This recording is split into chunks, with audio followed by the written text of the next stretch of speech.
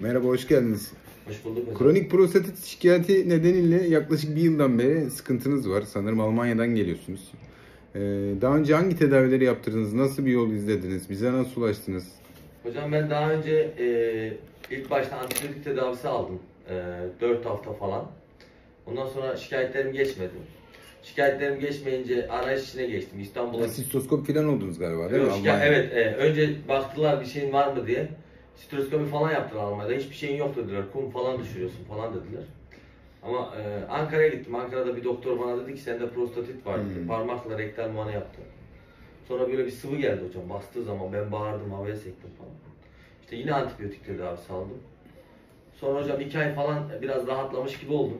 Yani böyle eski halime dönmedim ama. İstanbul'a gittim hocam. İstanbul'a ha. Evet. Orada damardan bir hafta bana antibiyotik tedavisi yaptılar yine. Şok dalgası. Yok, antibiyotik tedavisi. Antibiyotik tedavisi. Ondan sonra bir şey anlamadım. İstanbul'a gittim. Bir doktor daha var dediler. Bana böyle ayakta beni böyle bir muayene etti neyin var gibisine falan. Sana dedi 8 gün tedavi uygulayalım dedi bana. Ondan sonra penisin içerisine hocam ozon tedavisi uyguladı. Ondan sonra SVT, hepsi, masaj, hepsini bir arada uyguladı bana. Bir hafta falan tedavi Bir hafta verdi. falan ama damardan vitamin verdi. C vitamini falan verdi. Hı. Ama ben hiçbir fayda görmedim. O uyguladığı ozon antibiyotik tedavisi beni yara yaptı hocam. Anladım. Güçlü bir ilaç herhalde. Aynen, idrar kesesini yara yaptı. Bayağı bir acılar çektim.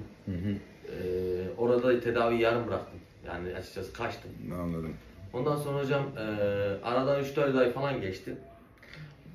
Bugün Bir de varikosel için gittin galiba. evet, pardon hocam.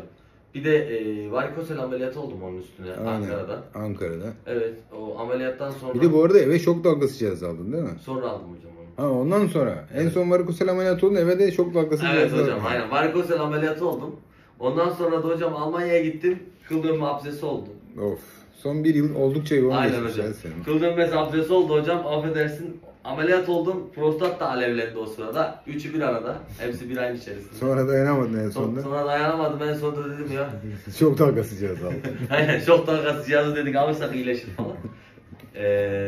Hastanede ameliyat oldum. Arkamı doğradılar. Önüm diye bağırıyorum. Düşünebiliyor musun?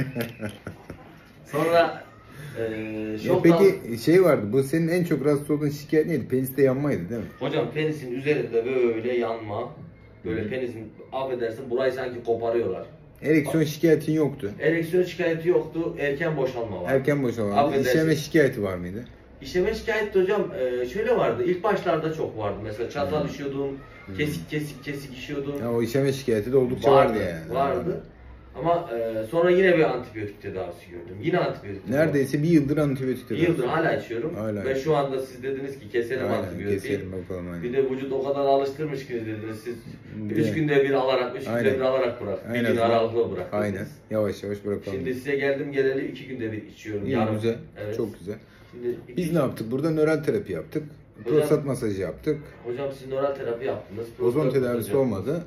Ozon Bir tedavisi. de IV tedaviler oldu. Bir de ozon tedavisi de yaptınız koldan. Ozon tedavisi, Ozan Bey'e gittik. Evet, Ozon tedavisi orada oldu. yaptık. Aynen, bir de IV tedaviler oldu. İyi. Nasıl hissediyorsunuz peki Hocam kendinizi? vallahi nasıl hissediyorum? Şu anda gerçekten yani açık konuşayım. İlk geldiğim zamanlar üstüne oturamıyordum böyle.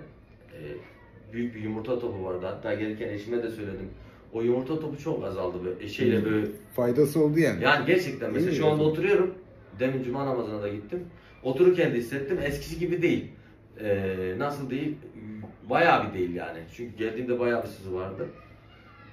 Eşim de söyledi mesela, geçen İzmir'e falan gezmeye gittik dedi, eskisi gibi değilsin falan dedi.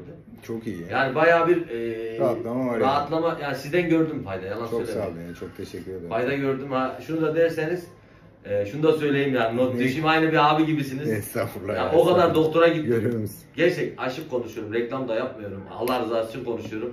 O kadar doktora gittim. İstanbul'da yani en bilindik doktorlara. Ben bu işe 30-40 bin euro para harcadım.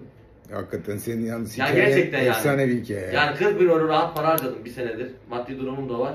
Yani şurada gördüğüm ilgiyi, Allah yani razı olsun. gerçek söylüyorum. Allah rızası için söylüyorum yani, gelecek gelmeyecek için değil. Estağfurullah. Şurada gördüğüm kardeşçe ilgiyi ve şurada gördüğüm sıcak muhabbeti zaten hiçbir doktor